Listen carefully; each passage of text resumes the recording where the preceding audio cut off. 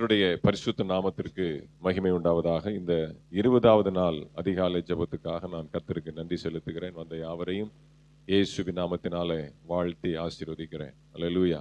இன்னைக்கு நாம தியானிக்க வேண்டிய வேத பகுதி தீத்து புஸ்தகம் 2வது அதிகாரம், புதிய ஏற்பாட்டில் 295. நீயோ ஆரோக்கியமான உபதேசத்திற்கு ஏற்றவைகளை பேசு. முதிர்வயதுள்ள புருஷர்கள் ஜாக்கிரதையுள்ளவர்களும் நல்லொழுக்கம் உள்ளவர்களும் தெளிந்த புத்தியுள்ளவர்களும் விசுவாசத்திலும் அன்பிலும் பொறுமையிலும் ஆரோக்கியமுள்ளவர்களுமாய் இருக்கும்படி புத்தி சொல்லு. முதிர் வயதுள்ள ஸ்திரீகளும் அப்படியே பரிசுத்தத்திற்கு ஏற்ற விதமாய் நடக்கிறவர்களும் அவதூறு பண்ணாதவர்களும் மதுபானத்திற்கு அடிமைப்படாதவர்களுமாய் இருக்கவும். தேவ வசனம் தூஷிக்கப்படாதபடிக்கு பாலிய ஸ்திரீகள் தங்கள் புருஷரிடத்திலும் தங்கள் பிள்ளைகளிடத்திலும் அன்புள்ளவர்களும் தெளிந்த புத்தியுள்ளவர்களும் கற்புள்ளவர்களும் வீட்டில் தரித்திருக்கிறவர்களும் நல்லவர்களும் தங்கள் புருஷருக்கு கீழ்ப்படுகிறவர்களுமாய் இருக்கும்படி அவர்களுக்கு படிப்பிக்கத்தக்க நற்காரியங்களை போதிக்கிறவர்களுமாய் இருக்கவும் முதிர் வயதுள்ள ஸ்திரீகளுக்கு புத்தி சொல்லு.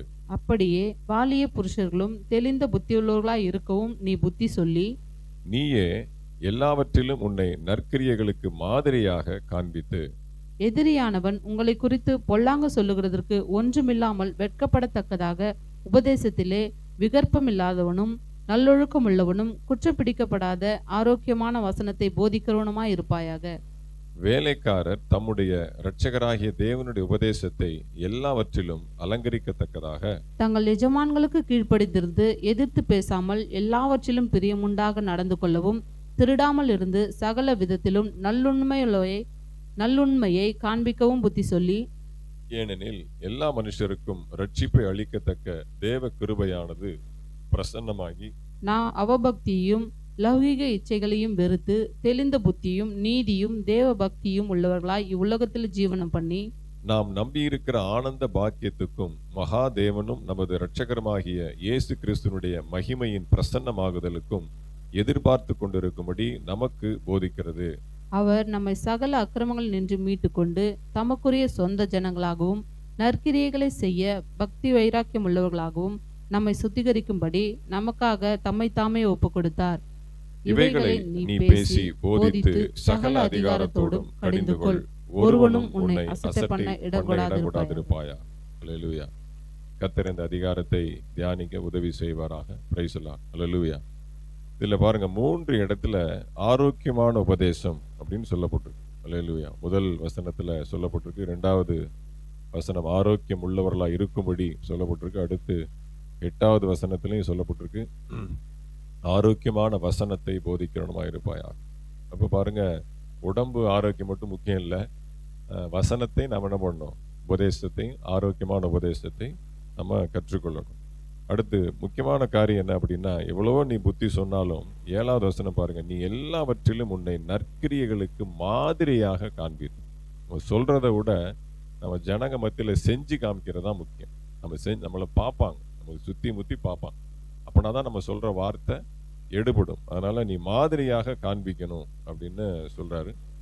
அடுத்தது பார்த்தீங்கன்னா, வேலைக்காரெல்லாம் கவனமா இருக்கணும், எஜமான்களுக்கு கீழ்ப்படியணும் அப்படின்னு சொல்றாரு.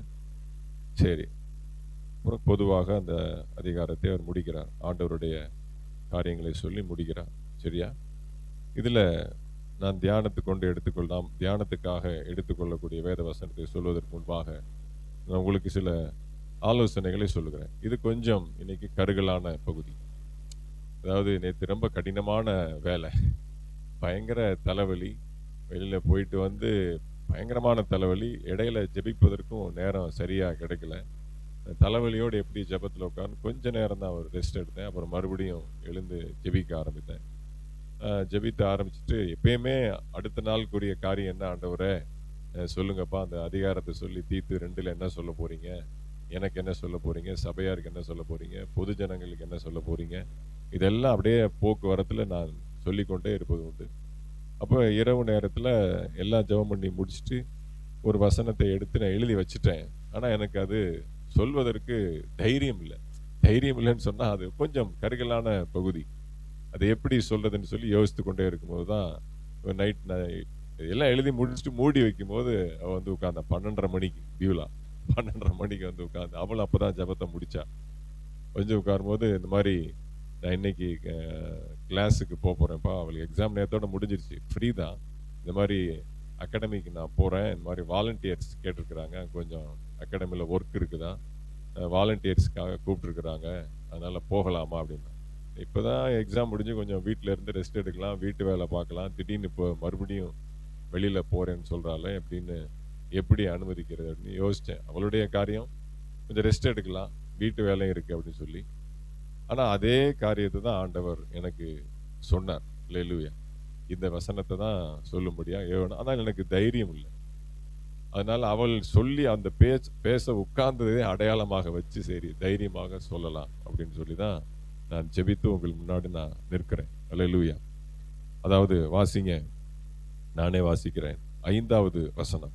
தெளிந்த புத்தி உள்ளவர்களும் கற்புள்ளவர்களும் வீட்டில் தரித்திருக்கிறவர்களும், கற்புள்ளவர்களும் வீட்டில் தரித்திருக்கிறவர்களும், அதைத்தான் நான் தியானிச்சேன். அல்லேலூயா. பரீட்சை முடிஞ்சோடனே வீட்டில் இருக்காம வெளில போறேன் அப்படிங்கிற, வீட்டில் இருக்கணும். அதான் பெண்கள் வீட்டில் இருக்கணும் அப்படிங்கிறது என்னுடைய சப்ஜெக்ட். பெண்கள் வீட்டில் இருக்கணும், அதிகமா ஊர் சுத்தக்கூடாது, தேவையானதுக்கு மட்டும் வெளில போகணும், தேவையில்லாம ஊர் சுத்தக்கூடாது அப்படிங்கிறதா. அதை எங்கெங்கெல்லாம் வேதத்தில் இருக்கு அதை நம்முடைய வாழ்க்கையோட இணைத்து நாம ஜெபிக்க போகிறோம் அப்படின்னு தான் நான் எழுதி வச்சிருந்தேன். சரியா?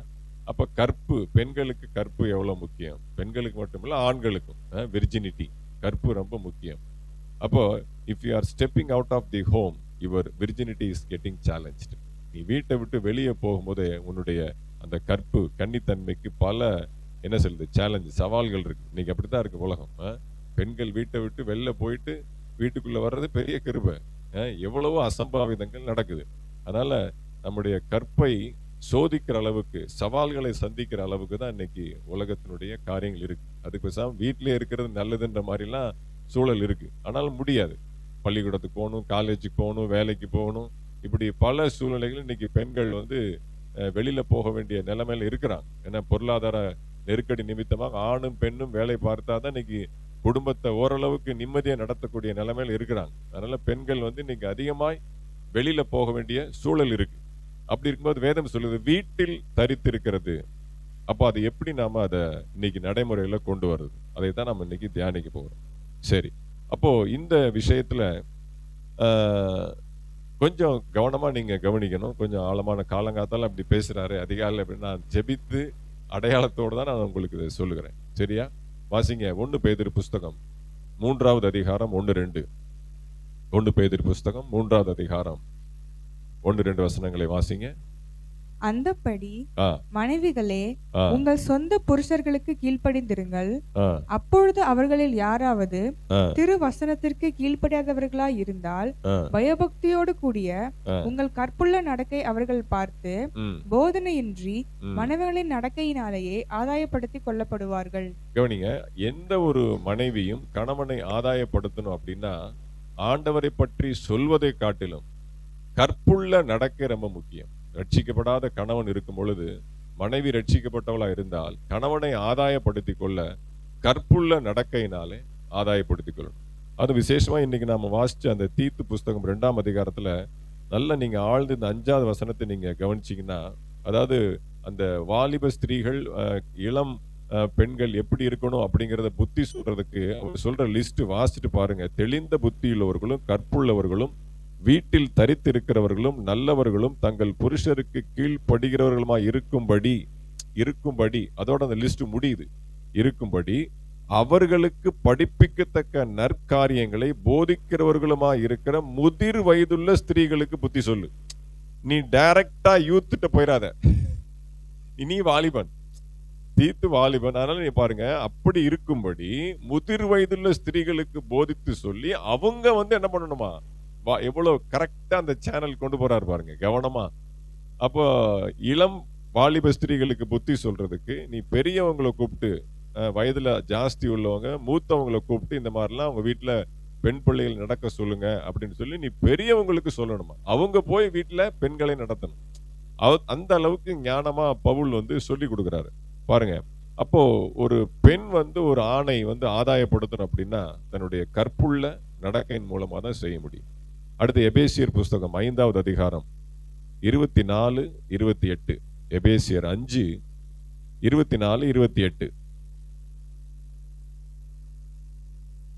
24வது வசனத்தையும் 28வது வசனத்தையும் வாசி. ஆகையால் சபையானது கிறிஸ்துவுக்கு கீழ்ப்படுகிறது போல மனைவிகளும் தங்கள் சொந்த புருஷர்களுக்கு எந்த காரியத்திலேயும் கீழ்ப்படிந்திருக்க வேண்டும். 28 வாசிங்க. அப்படியே புருஷர்களும் தங்கள் மனைவிகளை தங்கள் சொந்த சரீரங்களாக பாவித்து அவர்களில் அன்பு கூற வேண்டும். தன் மனைவியில் அன்பு கூறுகிறவன் தன்னில் தான் அன்பு கூறுகிறான். அப்ப கற்பு என்பது பெண்ணுக்கு மட்டும் இல்ல, ஆணுக்கு இருக்கு.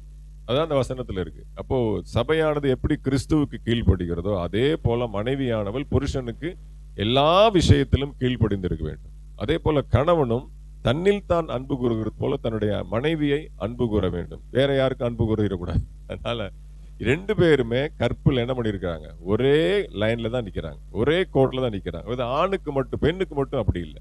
ஆணுக்கும் இது சரி சமமாக கொடுக்கப்பட்டிருக்கு. ஆனா பெண்ணுக்கு இன்னைக்கு இருக்கிற சூழல்ல கொஞ்சம் ஜாஸ்தியாக நம்ம கவனம் செலுத்த வேண்டிய நிலைமையில இருக்கிறோம். சரியா? அடுத்து இது நம்ம சில கதாபாத்திரங்கள் மூலமா நம்ம வேதத்துல பார்க்கலாம். சில நபர்களுடைய சூழலை குறித்து நாம் பார்க்கலாம். வாசிங்க ஆதியாகமத்தின் புஸ்தகம் 19ஆம் அதிகாரம் 14வது வசனம். ஆதியாகமத்தின் புஸ்தகம் 19வது அதிகாரம் 14. அப்பொழுது லோத்து புறப்பட்டு தன் குமாரத்திகளை விவாகம் பண்ண போகிற தன் மருமக்கள்மாரோட பேசி, நீங்கள் எழுந்து இந்த ஸ்தலத்தை விட்டு புறப்படுங்கள், கர்த்தர் இந்த பட்டணத்தை அழிக்க போகிறார் என்றான்.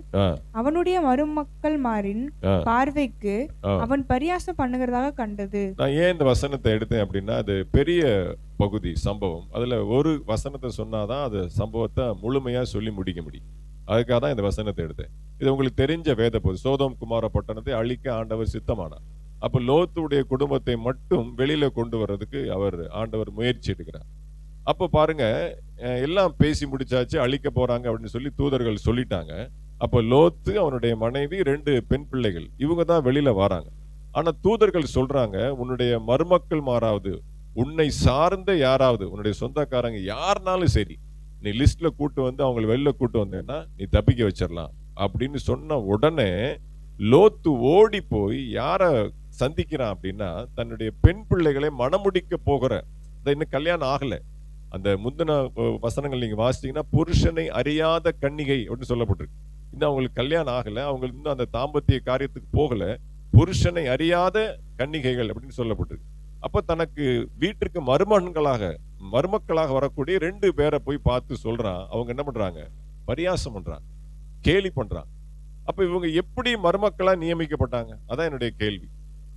அப்ப என்னன்னா, அந்த சோதோம் குமார பட்டணத்துல இந்த பிள்ளைகள், பெண் பிள்ளைகள் பாருங்க, அந்த வழக்கத்துல இருந்திருக்கிறாங்க, அந்த பாவத்தினுடைய காரியத்தை பார்த்துக்கிட்டே இருந்திருக்கிறாங்க. சொல்ல போனா கிட்டத்தட்ட அவங்க லவ் பண்ணிருப்பாங்கன்னு நினைக்கிறேன். அப்படிதான் எனக்கு தோணுது. ஏன்னா மருமக்களாய் வரப்போறாங்க, இன்னும் உங்க கல்யாணம் ஆகல. அப்போ அவங்க எந்த நிலைமையில இருந்திருப்பாங்க? லோத்துடைய ஃபுல் கண்ட்ரோல்ல தான் அந்த பிள்ளைங்க இருந்திருப்பாங்களா அப்படிங்கிறது கேள்வி. அதுக்கு நான் வரக்கூடிய பின் சம்பவங்கள் தான் அதுக்கு சாட்சி. அப்போ அந்த சோதோம் குமாரா வந்து பயங்கர மோசமான பட்டணம், அருவருக்கத்தக்க அசிங்கமான புணர்ச்சிகளை செய்யக்கூடிய ஒரு பட்டணம். ஆணுக்கு ஆணும், பெண்ணுக்கு பெண்ணும். இன்னும் சொல்ல போனா அங்க வரக்கூடிய அந்த லோத்துடைய வீட்டுக்கு வந்து முற்றுகை போடுறாங்க பாத்தீங்களா? அங்க சொல்லப்பட்டிருக்கு, சிறியோரும் கிழவர் முதற்கொண்டு. எதுக்காக வராங்க? அந்த புருஷர்களை அறியும்படி. ஹோமோசெக்சுவல், அதாவது உள்ள வந்து 2 தூதர்கள், அவங்க யாரு, பட்டணத்துக்கு புதுசா இருக்காங்க, புருஷர்களை அறியும்படி.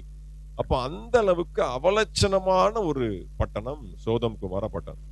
ஒருவேளை இவங்க அந்த பழக்கத்துல இல்லாட்டினாலும் சிந்தையில அந்த நினைவுகள் இருந்திருக்கிறாங்க. ஆனா பிடிச்சு இழுத்து வச்சிருக்கிறாரு லோத்து, அந்த அளவுக்கு கொஞ்சம் கண்ட்ரோல்ல வச்சிருக்கிறாரு. சரியா? ஆனாலும் உங்களுக்கு வந்து மைண்ட்ல அந்த மாதிரியான காரியங்கள் இருந்திருக்கு. அதனுடைய விளைவு என்ன அப்படின்னா, இவங்க வெளியில வந்ததுக்கு அப்புறம் பாருங்க, லோத்துடைய மனைவி உப்பு தூணாயிடுறாப்புல. ஆண்டி வேலையை அந்த அம்மா ஸ்பாட்லயே காலி.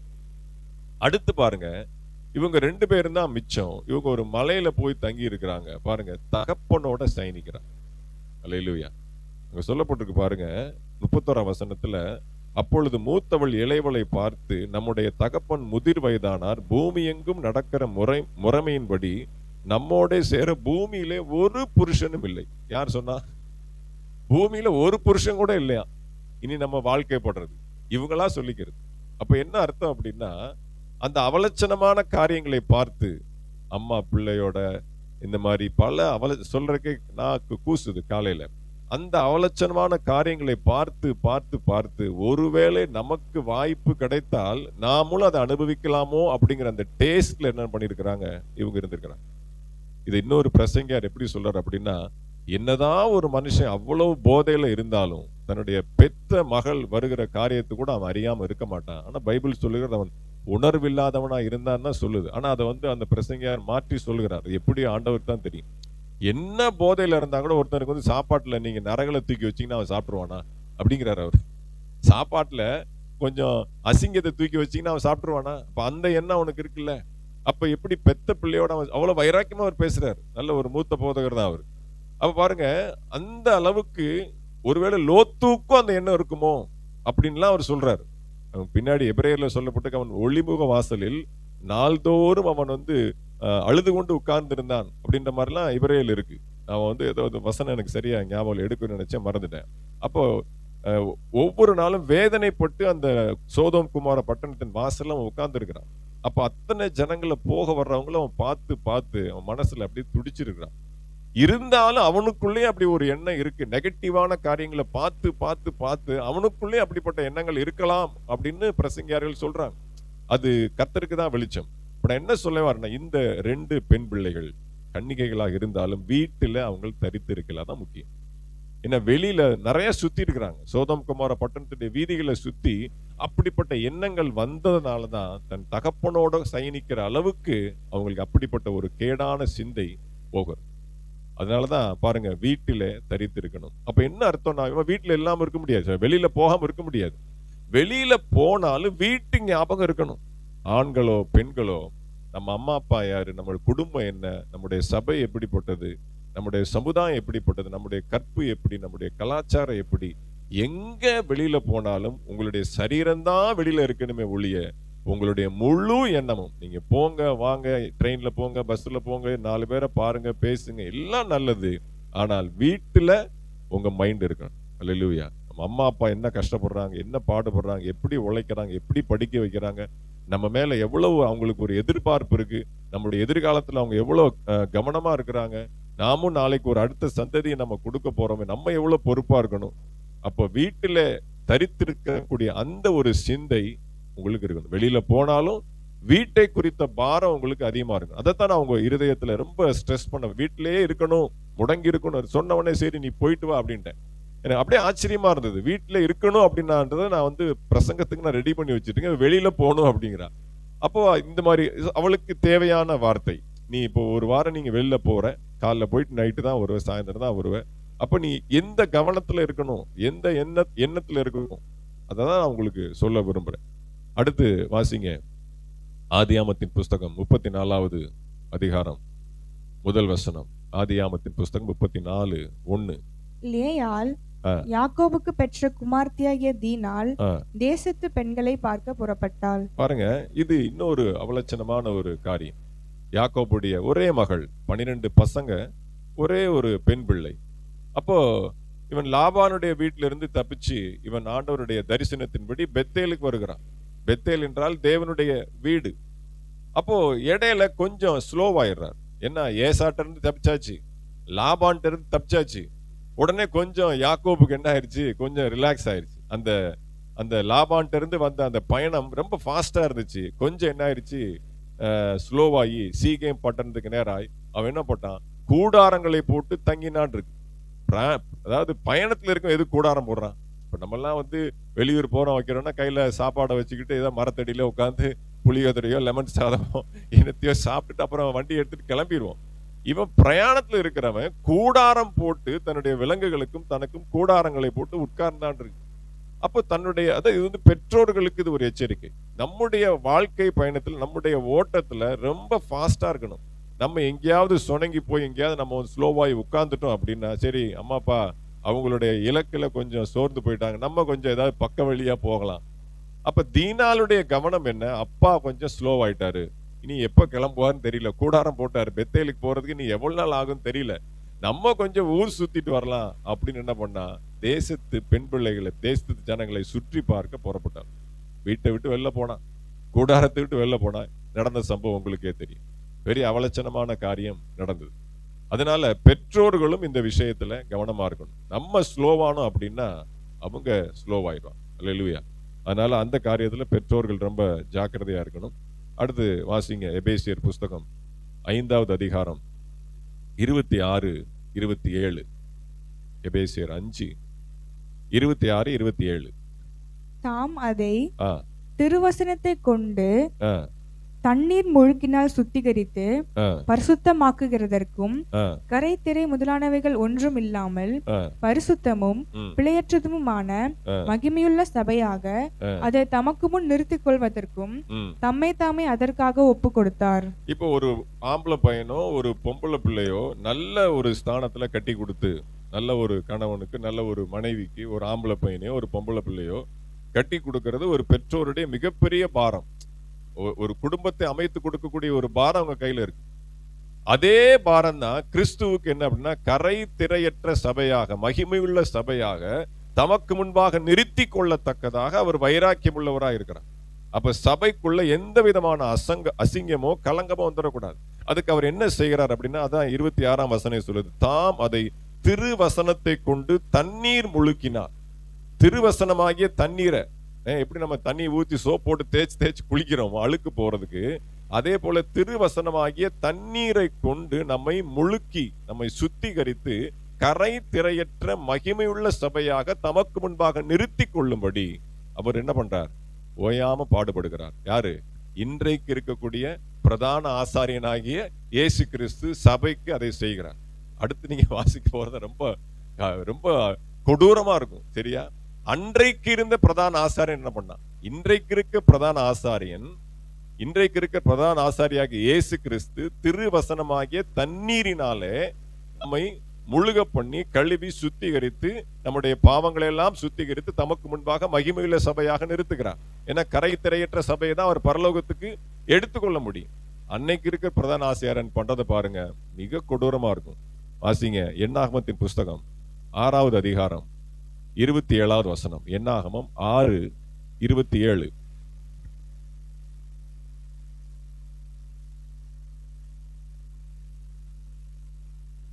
இவ்விதமாய் அவர்கள் என் நாமத்தை இல்லம்மா, என்னாகமம் 5:27. சாரி, என்னாகமம் 5:27.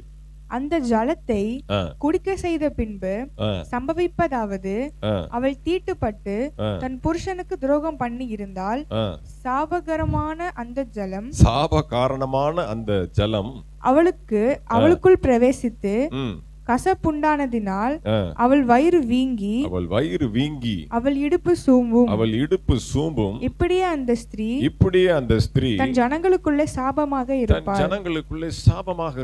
எவ்வளவு ஒரு கடுமையான தண்டனை பாருங்க. அல்லேலூயா. ஒரு பெண்ணுக்கு கற்பு போயிருச்சு அப்படின்னு ப்ரூஃப் பண்றதுக்குரிய டெஸ்ட் தான். ஒரு கணவன் தன்னுடைய மனைவியின் கற்பின் மேல் சந்தேகப்பட்டு அவன் ஆசாரியனுக்கு முன்பாக தன்னுடைய மனைவியை நிறுத்தும் பொழுது அந்த ஆசாரியன் அவள் கற்புள்ளவள் தானா என்று சோதித்து அறிவதற்குரிய டெஸ்ட் தான். அல்லேலூயா. அங்க சொல்லப்பட்டிருக்கு, ஒரு கலசத்துல பரிசுத்த ஜலத்தை வார்த்து, அது முந்தானி வாசித்தீங்கன்னா தெரியும், ஒரு மண் பாண்டத்துல 17ஆம் வசனம், ஒரு மண் பாண்டத்துல பரிசுத்த ஜலம் வார்த்து. அல்லேலூயா.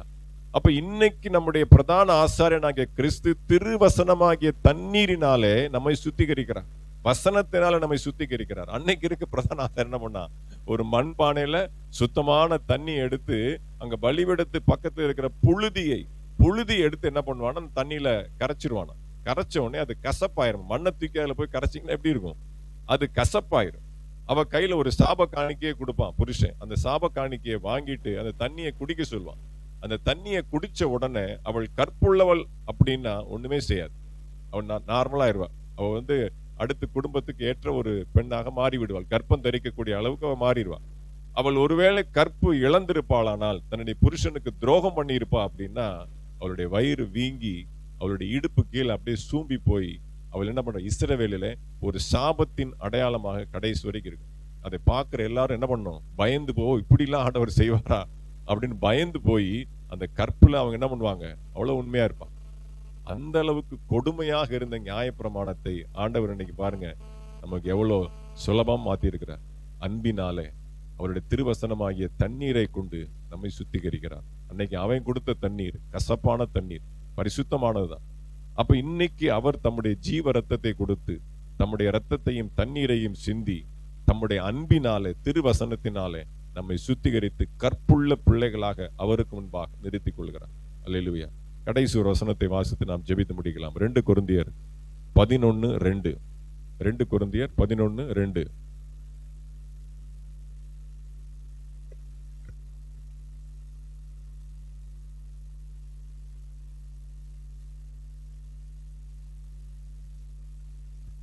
சரி, 1 கொரிந்தியர் பாருங்க. 1 கொரிந்தியர் 11 வாசிங்க.